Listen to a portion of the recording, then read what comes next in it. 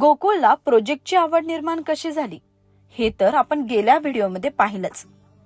तो इयत्ता 10वीत असताना कोपर्डीतील श्रद्धाताईवर झालेल्या अत्याचाराची घटना घडली, ज्या घटनेने पुन्हा एकदा त्याला विचार करायला भाग पाडलं.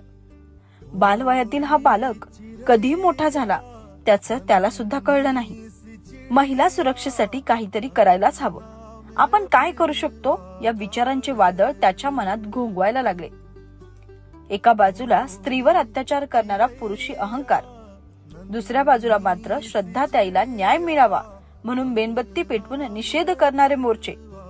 पण याच वेळी मेणबत्ती पेटवण्यापेक्षा त्या स्त्रीच्या सुरक्षेसाठी आपण काय करू शकतो असा विचार करणारा केवळ 15 वर्षाचा गोकुळ इतर महिलांबाबतीत असं घडू नये या विचारात होता. आणि हा विचार करून तो इथपर्यंतच थांबला नाही, तर तिथून सुरू झाला